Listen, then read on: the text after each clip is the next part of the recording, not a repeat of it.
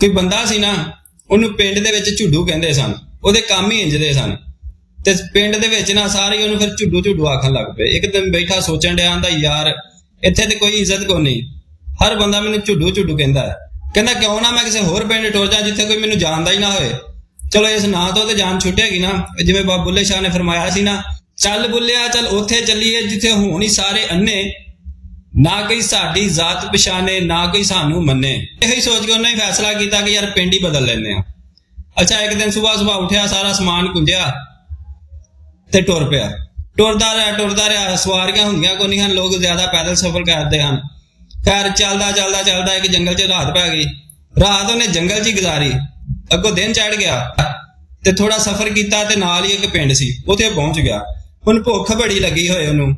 ਗਿਆ ਇੱਕ ਬਾਰ ਘਰ ਸੀ, ਉੱਥੇ ਜਾ ਕੇ ਬੂਹਾ ਖੜਕਾਇਆ ਤੇ ਅੰਦਰੋਂ ਇੱਕ ਬੀਬੀ ਨਿਕਲੀ ਤੇ ਉਹਨੂੰ ਆਂਦਾ ਭੈਣ ਜੀ ਮੈਂ ਮੁਸਾਫਰ ਹਾਂ ਤੇ ਭੁੱਖ ਬੜੀ ਲੱਗੀ ਹੈ, ਖਾਣ ਨੂੰ ਕੋਈ ਸ਼ੈ ਨਹੀਂ ਤੇ ਤੁਹਾਡੀ ਮਿਹਰਬਾਨੀ ਹੋਏਗੀ ਮੈਨੂੰ ਰੋਟੀ ਦੇ ਦਿਓ।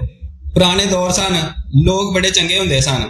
ਉਹਨੇ ਆਖਿਆ ਭਰਾਵਾ ਆ ਜਾ। ਮੰਜੀ ਲਿਆਂਦੀ, ਬਿਠਾਇਆ ਉਹਨੂੰ ਤੇ ਕਹਿਣ ਲੱਗੀ ਕਿ ਭਰਾਵਾ ਮੈਂ ਤੇਰੇ ਵਾਸਤੇ ਰੋਟੀ ਲੈ ਕੇ ਆਉਣੀ ਆ ਤੇ ਆ ਮੁੰਡੇ ਮੇਰੇ ਦਾ ਖਿਆਲ ਰੱਖੀ, ਰੋਟੀ ਖਾਣ ਦਾ ਕਿਤੇ ਕਾਂ ਇਹਦੇ ਕੋਲ ਰੋਟੀ ਖੋ ਕੇ ਨਾ ਲੈ ਜੇ। ਉਹਨੇ ਆਖਿਆ ਠੀਕ ਹੈ ਭੈਣ ਤੂੰ ਜਾ ਤੇ ਮੈਂ ਇੱਥੇ ਹੀ ਬੈਠਾ ਹਾਂ। ਇੱਕ ਕਾਂ ਆਇਆ, ਉਹਨੇ ਝੂਟਾ ਮਾਰਿਆ ਤੇ ਮੁੰਡੇ ਦੇ ਹੱਥ 'ਚ ਰੋਟੀ ਖੋ ਕੇ ਤੇ ਉੱਡ ਗਿਆ। ਜਾਂਦਿਆਂ ਉਹਦਾ ਨਹੁੰ ਲੱਗ ਗਿਆ ਮੁੰਡੇ ਦੇ ਹੱਥ ਤੇ ਲਹੂ ਵਗਣ ਲੱਗ ਪਿਆ। ਉਹ ਬੱਚਾ ਉੱਚੀ ਰੋਣ ਲੱਗ ਪਿਆ। ਬੀਬੀ ਨੱਸਦੀ ਆਈ, ਉਹਨੇ ਆ ਕੇ ਵੇਖਿਆ ਤੇ ਮੁੰਡੇ ਦੇ ਹੱਥ 'ਚ ਰੋਟੀ ਵੀ ਕੋਈ ਨਹੀਂ ਤੇ ਖੂਨ ਵੀ ਵਗਣ ਡਿਆ। ਤੇ ਉਹ ਬੀਬੀ ਆਂਦੀ ਜਾ ਭਾਈ ਝੁੱਡੂਆ, ਤੈਨੂੰ ਮੈਂ ਮੁੰਡੇ ਕੋਲ ਬਿਠਾ ਕੇ ਗਈ ਸਾਂ ਕਿ ਇਹਦਾ ਖਿਆਲ ਰੱਖੀ ਤੇ ਤੂੰ ਫੇਰ ਉਹੀ ਕੰਮ ਕੀਤਾ ਹੈ। ਜਦੋਂ ਉਹਨੇ ਇਹ ਗੱਲ ਕੀਤੀ ਨਾ, ਉਹ ਬੰਦੇ ਨੂੰ ਬੜਾ ਗੁੱਸਾ ਚੜਿਆ। ਆਂਦਾ ਬੀਬੀ ਛੱਡ ਸਾਰੀਆਂ ਗੱਲਾਂ, ਜੋ ਕੁਛ ਹੋਣਾ ਸੀ ਉਹ ਤੇ ਹੋ ਗਿਆ। ਤੂੰ ਮੈਨੂੰ ਇਹ ਦੱਸ ਕਿ ਤੈਨੂੰ ਮੇਰਾ ਨਾਂ ਕਿਹਨੇ ਦੱਸਿਆ? ਉਹ ਬੀਬੀ ਨੇ ਆਖਿਆ ਵੀਰ ਕੀ ਹੋਇਆ, ਮੈਂ ਕੀ ਆਖਿਆ? ਆਂਦਾ ਨਹੀਂ ਤੂੰ ਮੈਨੂੰ ਇਹ ਦੱਸ ਤੈਨੂੰ ਮੇਰਾ ਨਾਂ ਕਿਹਨੇ ਦੱਸਿਆ? ਤੂੰ ਤੇ ਮੈਨੂੰ ਜਾਣਦੀ ਨਹੀਂ ਹੈ, ਤੈਨੂੰ ਕਿਹਨੇ ਦੱਸਿਆ ਕਿ ਮੇਰਾ ਨਾਂ ਝੁੱਡੂ ਹੈ? ਤੇ ਬੀਬੀ ਆਖਣ ਲੱਗੀ ਭਾਈ ਮੈਨੂੰ ਤੇਰਾ ਨਾਂ ਕਿਹਨੇ ਦੱਸਣਾ ਸੀ, ਤੇਰੇ ਕੰਮ ਹੀ ਝੁੱਡੂਆਂ ਵਾਲੇ ਨੇ।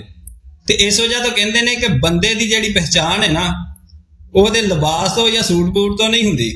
ਉਹਦੀ ਅਸਲ ਜਿਹੜੀ ਪਹਿਚਾਣ ਹੈ ਨਾ, ਉਹਦੀਆਂ ਕਰਤੂਤਾਂ ਤੋਂ ਹੁੰਦੀ ਹੈ, ਉਹਦੇ ਕੰਮਾਂ ਤੋਂ ਹੁੰਦੀ ਹੈ।